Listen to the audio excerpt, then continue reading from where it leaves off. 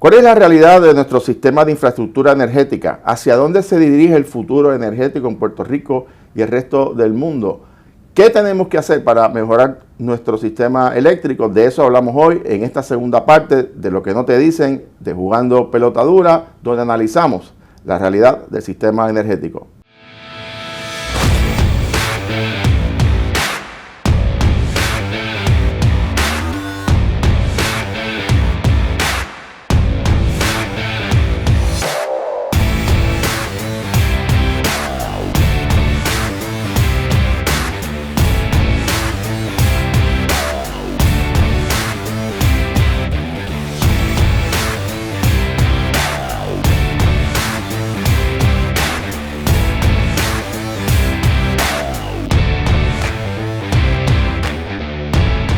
Amigos, bienvenidos a esta segunda parte de su programa, Lo que no te dicen, de Jugando Pelota Dura, que como todas las semanas conversamos con ustedes sobre temas de interés y hemos comenzado una serie de entrevistas y de diálogo para compartir con ustedes información de primera mano sobre el tema energético, que es el tema prioritario en Puerto Rico. Y como les decía en la introducción, hay enormes retos, hay innumerables preguntas que están sobre la mesa de cuál va a ser el futuro energético de Puerto Rico, y para hablarnos de esto tenemos uno de los invitados más importantes, una de las personas que más conocen del tema energético. Fue presidente y director ejecutivo de la Autoridad de Energía Eléctrica, profesor de ingeniería en el Colegio de Mayagüez y unos amigos personales de muchos años, pero sobre todo un experto en este tema energético. Me refiero al doctor Javier Quintana.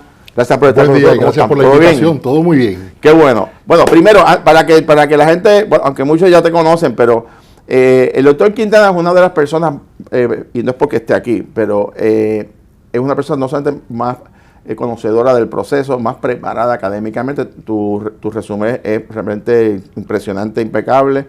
Estudiaste ingeniería en el Colegio de Mayagüez. Sí, me gradué de ingeniería eléctrica en el recinto universitario de Mayagüez. Y luego hiciste una maestría y un doctorado en sistemas eléctricos. Posteriormente me fui a Estados Unidos, a Rensselaer Polytechnic Institute, a estudiar mi maestría y doctorado en sistemas eléctricos de potencia y energía. Y esa universidad, para que los que están en Nueva York, en la parte cerca allá de Albany, es obviamente cuando Javier se gradúa, y ha sido una de las universidades más importantes, de hecho en aquel momento, y sigue siendo una de las primeras universidades en el mundo en el tema de la planificación y el estudio de los sistemas eléctricos. Por eso nosotros le consultamos a los expertos, ¿sabes?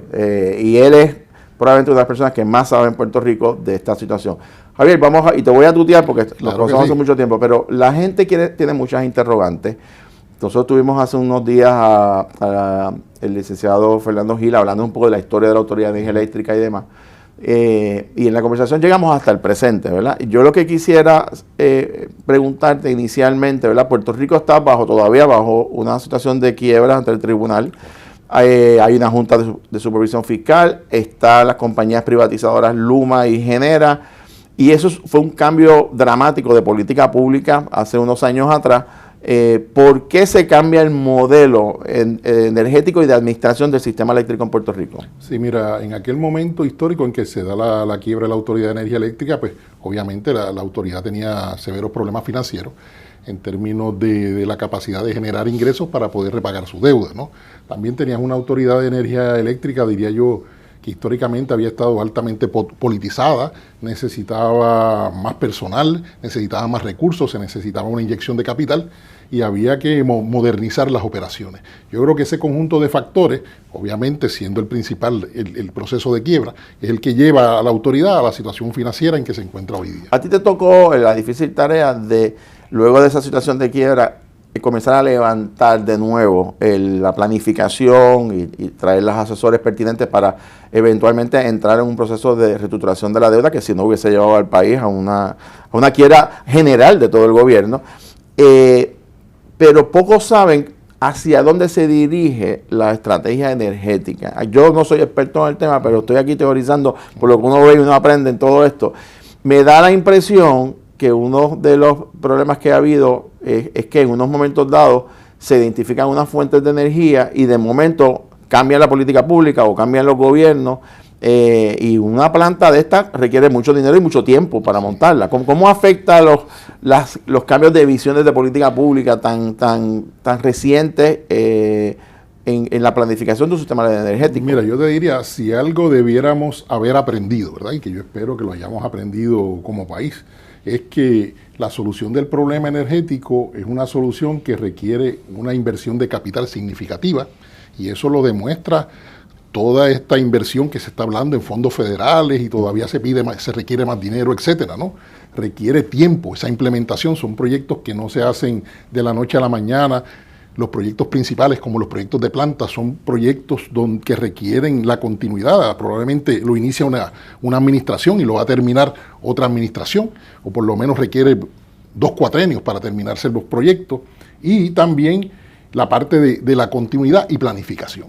O sea, lo que hemos visto en Puerto Rico, pues mira, los 4 años anteriores eran un enfoque hacia la energía renovable, un enfoque bien fuerte hacia la energía renovable, y así estaba estructurada la política pública. Actualmente hay un cambio en esa política pública hacia más plantas generatrices basadas en gas natural. Ahora, aquí hay un principio fundamental y es la planificación, ¿no? Y no puede haber una desconexión de un proceso de política pública y de desarrollo de proyectos a otra, ¿no? Tiene que darse una continuidad. Por ejemplo, ¿qué yo te diría que debiera pasar en Puerto Rico? Mira, nosotros deberíamos continuar promoviendo el desarrollo de la energía renovable, porque es una fuente de energía que tenemos en Puerto Rico. En Puerto Rico por años hemos sido víctimas de la dependencia de un solo combustible. En el pasado, el petróleo, en el futuro podría ser el gas natural, ¿no? Claro. Así que lo que dice el librito, como dirían por ahí, es que tú tienes que diversificar. Tú no puedes apostar a una sola alternativa, ¿no? Claro. Tú vas a necesitar, para desarrollar más proyectos de energía renovable, sí necesitas tener una red fuerte, o sea, tienes que invertir en la red, en la infraestructura. Cuando digo la red me refiero que si las líneas de transmisión, que si la instalación de los contadores inteligentes, que si tienes que darle mantenimiento a esas líneas, la vegetación, que es un reto grandísimo que tenemos, especialmente en los climas tropicales. Porque tú no, por ejemplo, tú no puedes invertir $1,000 millones este año podando, y que de momento ya el año que viene esa vegetación vuelva nuevamente a crecer. Claro. O sea que tiene que ser un proceso altamente planificado, controlado, de mucha uso de tecnología, Claro. ¿no? y de las mejores prácticas de la industria. ¿Cuántas plantas hay en Puerto Rico operando? Aproximadamente 10, 15. Sí, bueno, mira, ahora mismo... Disculpen, opera un momentito, el cable se ve bien fuerte ahí, pero lo de traer la pregunta para que rápido ahí Sí. pudiera Mira, a ver. continuar la línea. Ok. Me suelto la chaqueta a ver si... ¿Será Sí, que...? ahí Ahí está. Sí, ahí estamos, ahí. Ahí está. Ahí Está, ¿verdad? Lo tienes hasta que él terminó. Hasta que tú terminaste. La pregunta mía. ¿Puedes repetir la pregunta? Sí. Él contesta y yo corto ahí. Yo te pregunto cuántas plantas hay. Sí, suma. En realidad, ¿cuántas plantas hay en Puerto Rico y qué tipo de combustible o fuente de energía utilizan? Bueno, aproximadamente? mira, o sea, en Puerto Rico tú tienes distintos tipos de plantas generatrices. Tienes las plantas base, que esas son las plantas que típicamente son las que están atendiendo la demanda de energía consistentemente. Y tienes plantas pico, que son entonces aquellas plantas que entran para atender cuando hay cierta demanda particular que no se anticipaba o que no se espera durante cierto Y la día, mayoría de combustible es diésel. Mira, en Puerto Rico actualmente se utiliza diésel, se utiliza combustible número 6, ambos son derivados del petróleo. Bunker 6. Sí, el bunker C. Y se utiliza el gas natural y se utiliza el carbón. Más o menos yo te diría que el carbón debe estar como un 16%. El gas natural, obviamente, no solamente ecoeléctrica, sino también, por ejemplo, en Costa Sur se está usando también acá en las unidades 5 y 6 de San Juan. Por lo tanto, el gas natural podría estar por ahí por un 40, 50%, Alto. sí, es alto. Y entonces el resto, pues ya entonces es combustible fósil número 2 o número 6. Quiere decir que El petróleo. cuando hablamos de que los cambios van a ser coger estas plantas que utilizan diésel, moverlas, transformarlas a gas natural. Eso es lo que básicamente sería la Bueno, política. Sí, eso es lo que se está promoviendo Y eventualmente, como política pública. cuando termine la extensión que le dieron al carbón, que pueda moverse o transformar esa planta de carbón a gas natural también. Lo que pasa es que no, por lo que escuché al presidente de AES en Puerto Rico, dijo que él no podía transformar, mientras está operando una planta de carbón en gas natural, tendrían que construir al lado en otro terreno, porque no se puede utilizar la misma infraestructura de carbón para el gas natural. Sí, es correcto. O sea, Mira, que es otro proyecto completo. Y algo importante que debemos saber es la forma que se opera el sistema, tú tienes un grupo de plantas que están entrando en operación según un itinerario que se proyecta. Y de hecho, se hace un itinerario anual donde tú especificas, pues mira, tal planta va a salir en tal mes para mantenimiento, porque toda esta infraestructura requiere un mantenimiento. Ahora, ¿qué pasa? Si de momento esas unidades tienen salida forzada, que es lo que se llama, que tienen que salir porque se rompió algo, ¿verdad? Para hablar en arroz y habichuela, y tienen que salir de momento, eso no estaba contemplado, pues entonces tú tienes que tener una reserva que te ayude a atender esa deficiencia. A la misma vez, si no tienes suficientes unidades de generación, probablemente eso te afecta a tu plan de mantenimiento en las unidades, que es algo que ha pasado históricamente. De hecho, parte del problema que tienes ahora mismo, pues es precisamente eso, tienes muchas unidades que están fuera de servicio por reparaciones, y entonces te quedas corto para poder atender lo que es la demanda, en especial la demanda pico de los meses del verano y de agosto a noviembre. Que es ahora la época correcto, más... sí. Voy a dejar una pregunta sobre el tintero para ir a la pausa y regresamos, pero la decisión de integrar el sector privado, Genera, Luma, en la administración de nuestro sistema eléctrico y obviamente las expresiones de la Junta de Supervisión Fiscal diciendo no hay vuelta atrás al sistema anterior, que fue que nos llevó a la quiebra. O sea, que esta es la realidad de Puerto Rico, los pros y los contras, y muy particularmente cuáles son las perspectivas que el doctor Javier Quintana ve en los próximos años en el futuro energético en Puerto Rico y en el resto del mundo. Con el doctor Quintana hablamos sobre eso, luego de la pausa no se retiren, regresamos unos segundos. Si la sopa no es una opción para ti, sueñas con la paz mundial, quieres que el mundo pare para poder bajarte y te gustan los Beatles, entonces ya sabes de quién estamos hablando. Ven a conocer el mundo según Mafalda, desde el 18 de abril en el Instituto de Cultura Puertorriqueña en el Viejo San Juan. Los esperamos en esta expo, llena de magia para grandes y chicos. Boletos a la venta en prticket.com o llama al 939-321-2111 para nuestros recorridos escolares didácticos.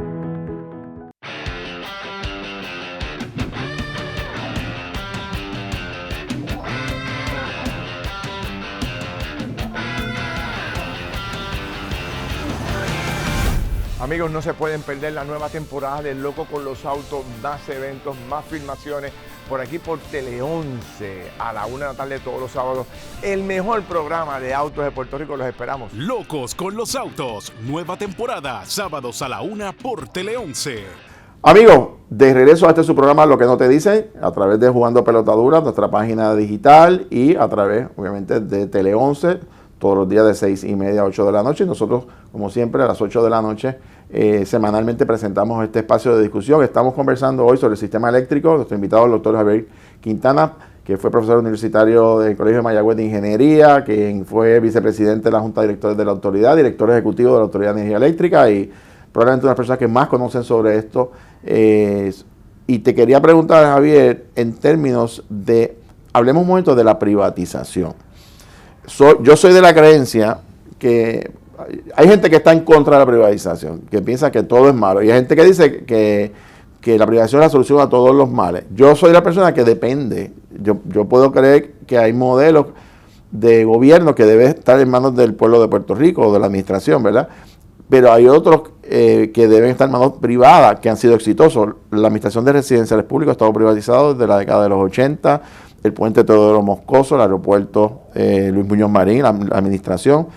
En el sistema energético, que muchos hablan ahora, bueno, porque entró Luma y Genera, pues hay las críticas, pero ya se había experimentado acuerdos con compañías privadas para suplir servicios a la Autoridad de Energía Eléctrica. O sea, que esto no es nuevo para la autoridad. Sí, de hecho, mira, yo coincido contigo, Jorge. Realmente, probablemente la mejor solución no es únicamente pública o únicamente privada. Yo creo que es una mezcla dependiendo la situación o el tipo de área que se quiera atender. Yo te diría, en el caso de la Autoridad de Energía Eléctrica, pues por ejemplo, ya habían, previo a la quiebra de la autoridad, ¿verdad?, ya habían modelos de privatización, lo tenías en los modelos de compra de energía para la planta AES y para la planta ecoeléctrica, que son inversiones privadas. Claro. Y yo te diría que históricamente esos modelos han funcionado muy bien. Posteriormente es que entramos en estos nuevos modelos, que yo creo que es importante que el pueblo sepa la diferencia, ¿no? Estos son contratos de operación y mantenimiento. Y yo te diría que probablemente, si miras la historia de la privatización en Puerto Rico, quizás han sido estos contratos de operación y mantenimiento los que han enfrentado mayores retos. en términos de su puesta en vigor. ¿Por qué ha sido tan complicado y tan controversial la entrada de Luma y de Genera a tratar de administrar un sistema que está prácticamente, o sea, después del huracán María fue un efecto desastroso, ¿verdad? Pero ¿cuál ha sido la complejidad de administrar un sistema de esta magnitud? ¿Es la situación contractual? ¿Es la situación financiera? ¿Es la burocracia federal? ¿Es que las compañías necesitan mejorar sus procedimientos internos? ¿O es una combinación de múltiples factores que ha dado a esta percepción de que pues todo ha ido demasiado de lento? Bueno, mira, yo te diría, o sea, que es un conjunto de factores. Realmente el sistema eléctrico, operar el sistema eléctrico, tanto la parte de transmisión y distribución como la parte de generación, son unos retos grandísimos. Si eso tú le añades que Puerto Rico pues ha vivido el huracán María, vivimos los terremotos en el sur que también afectaron el sistema eléctrico, que jamás lo habíamos pensado, pero los terremotos impactaron la planta de Costa Sur, que la planta de Costa Sur ha sido, luego de que se convirtió a gas natural, ha sido una de las plantas más confiables que tenía el sistema.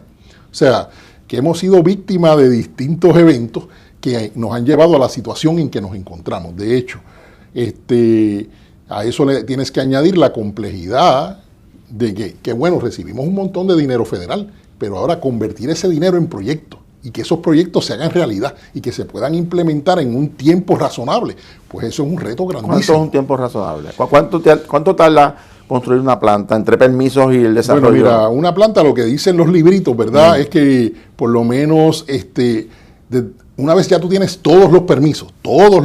Que esos son 2 años después. Y ya sabes, pues por lo menos mínimo puede tomarte de 3 a 4 años esa construcción. O sea, que estamos hablando de 5 a 6 años. De 5, 6, 7 hasta 8 años podría llegar dependiendo del tipo de tecnología que estés desarrollando. Y pregunto, entonces, como es tan lento el proceso, os digo que es tan complejo, porque por eso que se está hablando de traer estos equipos temporeros, de esta infraestructura que se va a utilizar, por ejemplo, para verano ahora, que son equipos que se instalan, se transportan y tienen una capacidad, qué sé yo, 300, 400 megavatios, pero para hacer una planta permanente ya ¿verdad? Para un desarrollo de los próximos 25 o 30 años, pues estamos hablando ya de que es una inversión de tiempo y de recursos sumamente alto. Definitivo. Mira, el hecho de atender la situación del verano es un reto grandísimo. O sea, y yo sé que en tiempos de crisis pues siempre surgen las ideas maravillosas, las ideas que suenan bonitas, etcétera, pero tú tienes que trabajar con realidades. Claro. ¿Y cuáles son las realidades? Pues mira, tú tenías una serie de proyectos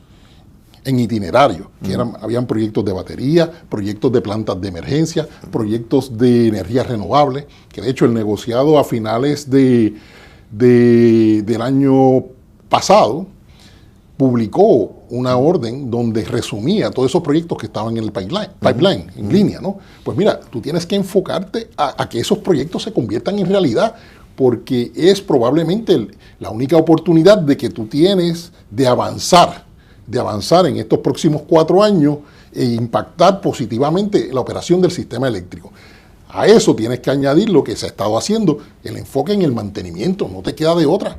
Tienes que tomar esas unidades y ponerlas a funcionar. Una pregunta, Javier. ¿Los fondos de FEMA para estas plantas son préstamos o el gobierno federal se los asigna al gobierno y no pide? Porque se ha hablado de que hay que hacer un pareo también, de que hay algunos que son de calidad de préstamo. O sea, el gobierno va a tener que invertir el equivalente de la cantidad de fondos federales que utilice ahora o no necesariamente, y puede ser que el gobierno federal le asigne al gobierno y no espere la devolución, por decirlo de esa manera, o el reembolso de esos fondos. Bueno, yo entendía que no necesariamente había una devolución. Típicamente en estos fondos federales en ocasiones requerían cierto % de inversión, pero pero entiendo que se habían hecho unas negociaciones en el pasado para reducir ese pareo. Okay. No sé al nivel que se llegó, no recuerdo en este momento al nivel que se llegó a reducir, pero prácticamente es dinero que nos llega a nosotros. Claro. Que nos representa una oportunidad de mejorar el sistema, y aquí quiero aprovechar para enfatizar algo que siempre he repetido, pero mira, si a nosotros nos dieron 17 mil millones de dólares, un ejemplo, ¿verdad?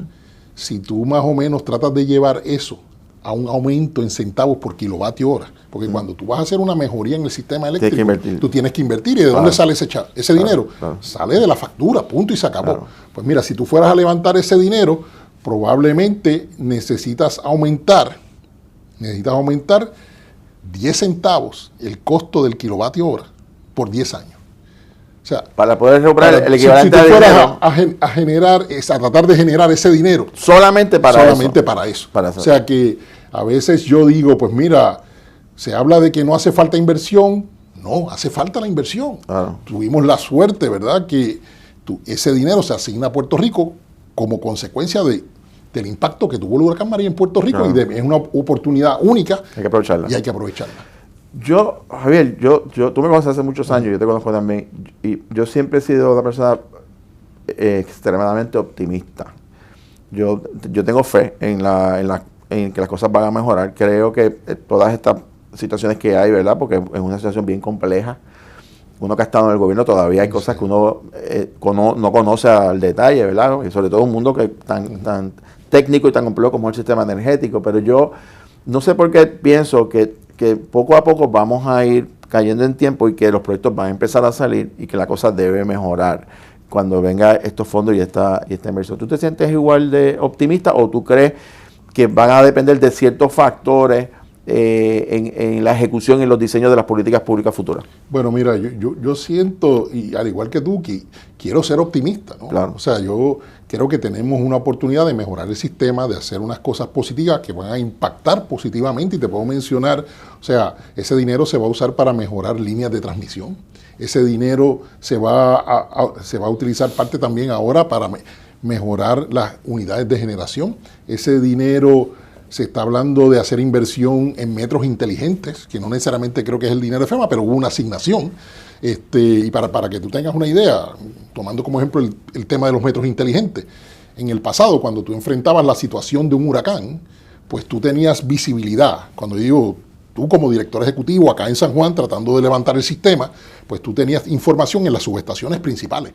Pero realmente, según ibas avanzando, llegaba un momento que tú perdías la visibilidad y realmente dependías de la información que te daban los alcaldes, que llegabas a los famosos bolsillos, etcétera, ¿no? Sí. Ahora con estos metros inteligentes, tú vas a saber cuántas unidades de vivienda están sin servicio y dónde. O sea que representa una oportunidad grandiosa. En ese caso, por ejemplo, ese proyecto yo lo evalué en una ocasión, me costaba aproximadamente de 800 a 1,000 millones. Wow. O sea que en aquel momento levantar $1 billón, ¿cómo lo ibas a hacer? No que es lo que típicamente nos ha detenido siempre en hacer esas inversiones significativas en infraestructura. Que esa inversión requiere un aumento en la factura, o sea, porque ese dinero tiene que salir de algún lugar, ¿no? O sea, yo creo que los proyectos están. Las iniciativas están, el dinero está. Yo creo que es montar el engranaje de forma adecuada para que esta maquinita de hacer proyectos corra. ¿Cuánto tiempo tú crees que nos va a tomar enderezar el barco y estar estable? Bueno, mira... Sin ser extremadamente optimista, pero... Sí, yo te diría por lo menos lo que queda de este cuatrenio y el próximo. Son 8 años. Sí. Aproximadamente 7, 8 años. Sí. Pero vamos a ver mejoría. Correcto. Pero para que el sistema esté en su lugar como todos queremos, va a coger esta y la próxima mitad, indudablemente. Y yo creo que esa es, Javier, primero que ser sincero con la gente, no crearle falsas expectativas. Es un sistema que está prácticamente en ruinas, está bien débil. Hacer un proyecto de esto conlleva mucho tiempo, mucho dinero, muchos procesos.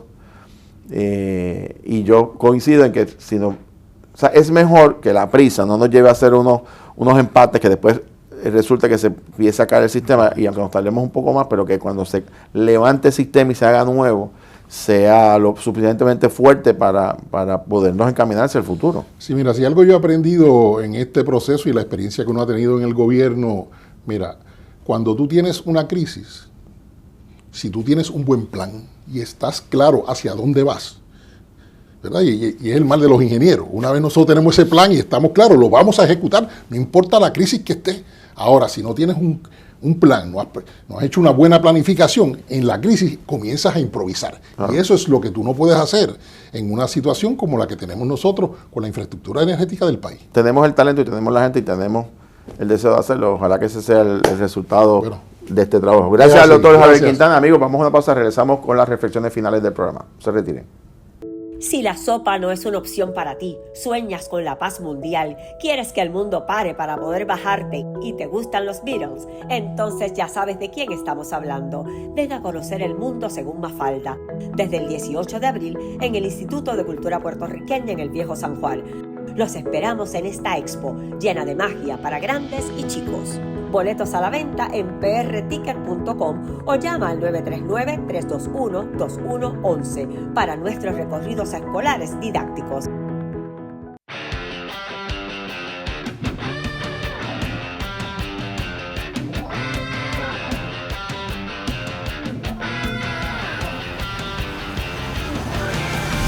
Amigos, no se pueden perder la nueva temporada de Loco con los Autos, más eventos, más filmaciones, por aquí por Tele 11, a la 1 de la tarde todos los sábados.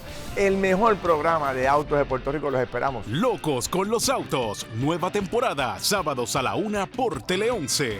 Amigos, la entrevista, la conversación con el doctor Javier Quintana demuestra la importancia, primero, de hablarle con la verdad a la gente, de que ustedes tengan la información a primera mano de las situaciones que realmente están pasando y van a pasar en el futuro, ¿verdad? Y que no estemos escuchando cosas, historias que a veces nos desenfocan de la prioridad. Número uno, hay unos fondos disponibles que, como bien dijo el doctor Quintana, hay que utilizarlos sabiamente en la planificación estratégica.